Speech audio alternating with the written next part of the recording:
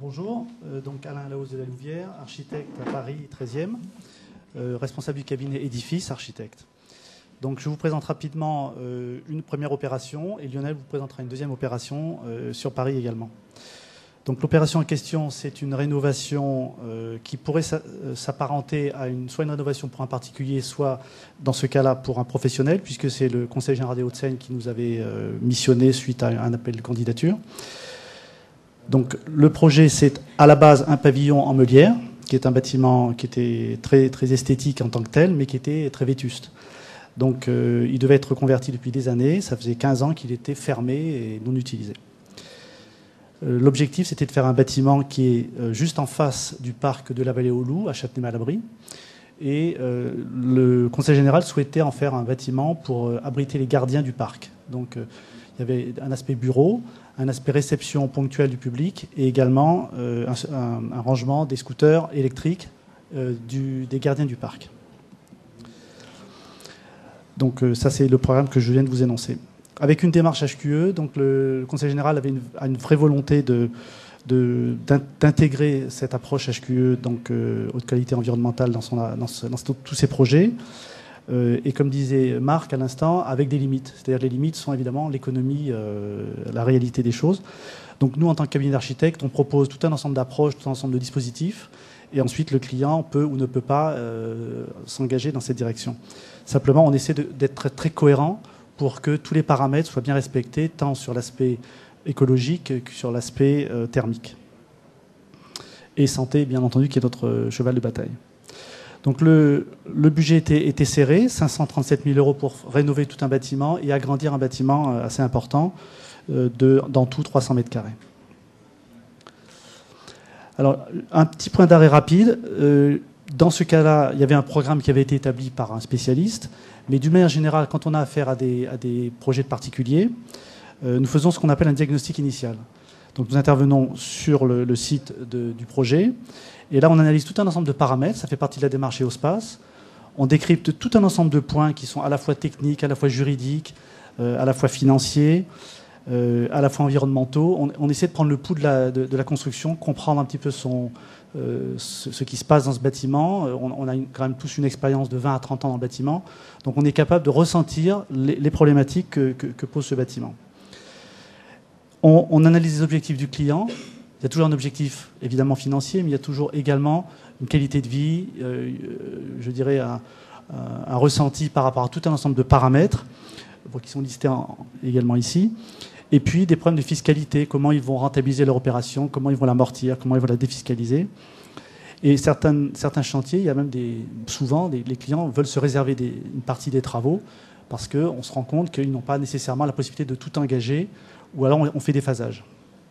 Donc tout ça, c'est peut-être des évidences, mais quand on travaille sur un projet, on est face à une cinquantaine de critères, donc on les liste et ensuite on établit un petit rapport qu'on envoie à notre client en lui faisant état du diagnostic et de l'estimatif des travaux qui vont être engagés dans son opération.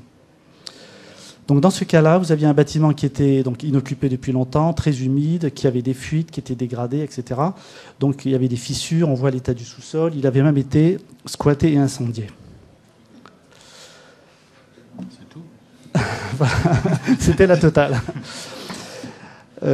Donc l'approche environnementale a été de définir les curseurs. Donc les curseurs, c'est aussi une des méthodologies de la société J'habite la Terre. On définit dans différents thèmes. Là, il se trouve que ça se recoupe avec la thématique haute qualité environnementale, l'éco-construction, l'éco-gestion, le confort, la santé. On ajoute, nous, la fiscalité également. Et puis, la santé, c'est un paramètre sur lequel on a un positionnement bien spécifique, puisque tout le monde s'intéresse à la thermique, mais très peu d'entreprises et de maîtres d'œuvre sont pointus sur ces sujets-là. Donc, on définit entre 1 et 3 les paramètres, en l'occurrence, sur l'éco-construction. Alors, le premier paramètre pour nous, c'est d'abord le positionnement, l'architecture de façon passive, c'est-à-dire comment il se positionne dans le site, comment il joue avec ce site, c'est-à-dire l'orientation, la capacité à prendre ou pas le soleil pour capter des calories naturellement. Et puis, on essaie de ressentir tous les points forts et les points faibles du bâtiment avant même de se poser des questions techniques. Parce que nous sommes des techniciens, c'est vrai, mais nous sommes avant tout là pour construire un bâtiment le plus avec la plus grande douceur possible finalement, pour éviter de mettre tout un ensemble de technologies qui ne sont là que pour améliorer un système finalement. Donc je ne détaille pas tous ces points-là, on les verra au fur et à mesure. Donc un bâtiment respectueux de l'environnement, de par son intégration. Donc l'idée c'était de faire un bâtiment très horizontal qui vient s'accoster à la maison principale, avec un élément plus fin qui est un bâtiment de liaison où vous avez des claustres à bois. Le bâtiment de droite est tout en bois, il est à étage, et nous avons donc un espace pour les repas, pour les gardiens à l'étage, un espace d'accueil qui est vitré en bas, et le garage qui est sur la partie droite. Ce bâtiment avait été prévu pour être, la partie droite avait été prévue pour être végétalisée, et là justement c'est une des limites du système, c'est que cette végétalisation a malheureusement été supprimée. Donc notre façon de travailler souvent c'est on pose un certain nombre d'hypothèses, on pose des objectifs, on adhère avec le client sur sa démarche, et ça a toujours des limites. Donc là en l'occurrence c'en était une. Un point quand même assez fort sur ce projet, c'est que nous avons un budget qui est de 537 000. 2 ans après, on est obligé de faire 2 appels d'offres, on est obligé de recommencer le projet, l'adapter un tout petit peu. Le client ne voulait pas dépenser un sou de plus. Donc ça a fait durer un petit peu l'opération dans le temps. On a eu de la chance aussi pendant le chantier. On s'est rendu compte que des reprises de structure qui étaient prévues et qui coûtaient assez cher n'ont pas été nécessaires, malgré le diagnostic de l'ingénieur. Et nous avons pu comme ça économiser une certaine part de budget qu'on a retransféré dans des matériaux écologiques et dans une qualité de prestation que nous ne pouvions pas faire au départ. Donc on a pu rééquilibrer, rien qu'en restant sur le même budget, mais en faisant des économies. La maîtrise du cycle de l'eau, je passe rapidement parce que c'est assez technique, mais nous avions pris en compte cette problématique. Le choix raisonné des matériaux, on avait par exemple des coffrages qui étaient biodégradables, qui avaient été mis en place, sur lequel on coule une dalle, donc, et ce coffrage qui est en carton a la capacité de prendre la charge, et ensuite avec l'humidité, avec l'eau, il se dégrade petit à petit et il disparaît tout seul. Nous avons une structure évidemment en structure bois, pin et mélèze. De l'isolation qui était prévue en laine de bois, là aussi il y a eu une impasse. Le client finalement a préféré choisir un matériau plus classique pour des questions économiques. Des sols souples qui étaient avec un taux très réduit de COV, donc on était basé sur du caoutchouc. Et puis des fenêtres à double vitrage avec lame d'argon. Donc tout un ensemble de critères ensuite qui rentrent dans la démarche logique d'une qualité environnementale maîtrisée. Sur le chantier, il y a également une approche environnementale, puisqu'on pense souvent le bâtiment fini, mais il y a également une qualité de prestation pendant le déroulement du chantier. Donc le tri sélectif des déchets de chantier, c'est pas neutre, c'est comme chez soi. Des horaires programmés pour que les clients, pour que les voisins ne soient pas gênés par les bruits de chantier. Un affichage sur le chantier qui soit très clair. Et nous n'avons eu aucune plainte et je dirais aucune réclamation de qui que ce soit dans l'environnement. Pourtant, on avait un particulier à côté qui était très sensible et qui avait une réputation d'être difficile. Ça s'est passé sans souci. Donc voilà, c'est tous ces paramètres qui font partie aussi de l'approche. Ensuite, tout un ensemble de critères que je ne vous détaillerai pas, vous pouvez les lire un petit peu en parallèle de ma présentation, sur la qualité visuelle, la qualité thermique, avec un bureau d'études qui nous a fait une étude thermique. On le prescrit systématiquement dans les projets.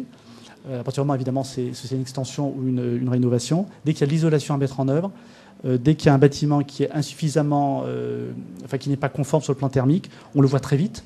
Et auquel cas, on a un bureau d'études qui est partenaire, qui s'appelle Thermic Conseil, qui est d'ailleurs présent avec nous sur le stand, et qui nous fait une étude thermique. Ce qui nous permet d'avoir un positionnement du niveau de l'échelle de consommation d'énergie et des émissions de gaz à effet de serre. En l'occurrence, là, il a été positionné à 157 kWh. C'est très loin de ce qu'on fait aujourd'hui, puisque ça remonte déjà à 3 ans. Et aujourd'hui, on est plutôt Alors, sur de la rénovation, on n'est pas encore équivalent à du BBC à 50 kWh, mais on avait bien remonté déjà le niveau.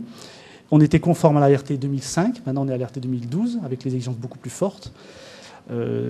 Et on n'était pas obligé, en plus, d'être conforme sur la partie existante. On voit par exemple dans le tableau des consommations prévisionnelles que le poste éclairage rentre quand même pour une grosse part de la consommation. C'est ce qui va de plus en plus arriver dans les années à venir. C'est-à-dire qu'à partir du moment où on isole extrêmement bien les bâtiments, c'est plus le chauffage qui va être un problème, ça va être l'électricité, c'est-à-dire l'éclairage. Et donc ça sera dans quelques temps le point sur lequel on va se focaliser. Je peux intervenir Oui. Je voulais dire simplement, là, donc, comme le dit Alain, c'est un dossier de 2008. 2007. Donc depuis, les évolutions en matière d'éclairage sont considérables. On a divisé quasiment par 3 ou 4 les consommations. Et on a obtenu là récemment l'an dernier même, un des premiers labels BBC Rénovation. Donc on est sur des niveaux de performance. Maintenant, on a divisé quasiment par 3 les niveaux de performance. Et sur des solutions pas forcément plus onéreuses. Simplement que les évolutions technologiques sont extrêmement rapides, notamment sur des consommations qui étaient négligées jusqu'à présent, l'éclairage, la ventilation, etc. Voilà, je voulais juste rajouter ça. La santé des usagers, la facilité d'entretien, 2 paramètres importants.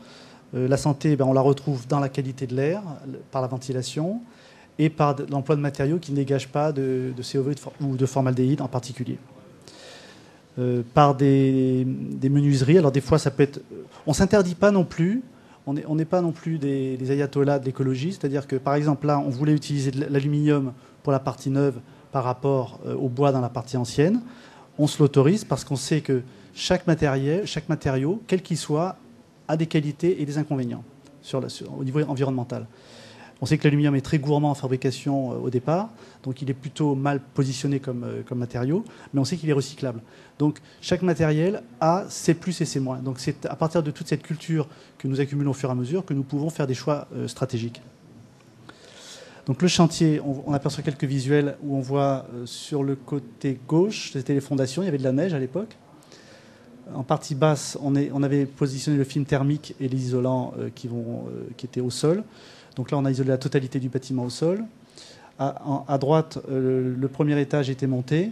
Donc c'était un mixte de maçonnerie. En partie, ça s'arrêtait aux environs de 1 mètre. Là, on est en décaissé parce que le sol n'est pas encore coulé. Donc, et ensuite, la construction bois venait par-dessus. Là, on aperçoit aussi en haut, au centre et à droite, les structures métalliques du bâtiment ancien qui étaient complètement abîmées, on a refait un plancher neuf à un endroit. On a dû aussi recycler un bâtiment qui était une habitation au départ, c'est dans ce pavillon, le recycler en bureau. Donc les charges ne sont plus du tout les mêmes, les charges au mètre carré. Donc il faut en tenir compte et renforcer les structures.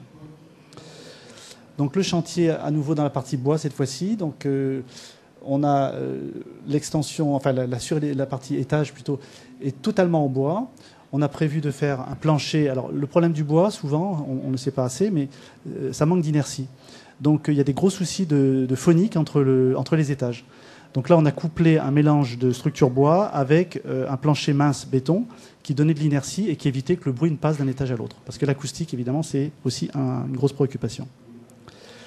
Donc on aperçoit la toiture qui aurait dû être végétalisée à droite, sur laquelle les ouvriers étaient en train de travailler pour habiller donc en bardage la façade latérale. Donc le bâtiment achevé nous donne, je dirais, quelque chose d'assez doux. Moi, ça ne me gêne pas du tout qu'un bâtiment ne soit pas trop visible. À la limite, c'est plutôt, ça suffit, quoi. On fait trop d'architecture. On veut montrer. C'est la fierté de l'architecte, c'est aussi, je ne sais pas, la fierté des clients. Mais je pense que voilà, la relation à l'environnement réclame une certaine modestie aussi. Et intérieurement, donc, on a un bâtiment côté... bon, là, ce n'était pas tout à fait fini. Là, la partie garage, il manquait encore la peinture de sol, le marquage au sol. Et puis, on a laissé les parpaings bruts. La ventilation est naturelle, puisque c'est des scooters électriques. Et puis, à l'étage, vous voyez la salle de repas qui donne sur la terrasse. Et l'escalier, qui est un escalier neuf, qui a remplacé, donc, avec des demi-niveaux pour relier le pavillon de la partie neuve. Et on a conservé également certains parquets anciens. Ça, ce n'était pas prévu au départ. On ne savait pas qu'ils étaient dans cette qualité-là. Donc, on a pu les rénover et les remettre en état. Et là, pareil, dans un autre étage, on voit un autre type de parquet et quelques visuels avec ce bel arbre qu'on a pu valoriser et conserver, qui était un grand cèdre qui était sur le côté de la maison, qui a été protégé lourdement pendant le chantier. Voilà, l'opération a été présentée un peu rapidement, mais ça vous donne un peu une idée. Donc, il y avait un économiste dans l'opération, un bureau d'études structure, un bureau d'études thermiques. J'ai réalisé avec un associé qui était à Angers, qui s'appelle Fabien Denis. Et puis, on a eu une entreprise de charpente qui était excellente et qui nous a bien soutenus dans cette affaire. Je vous remercie et on passe la parole à Lionel pour son opération.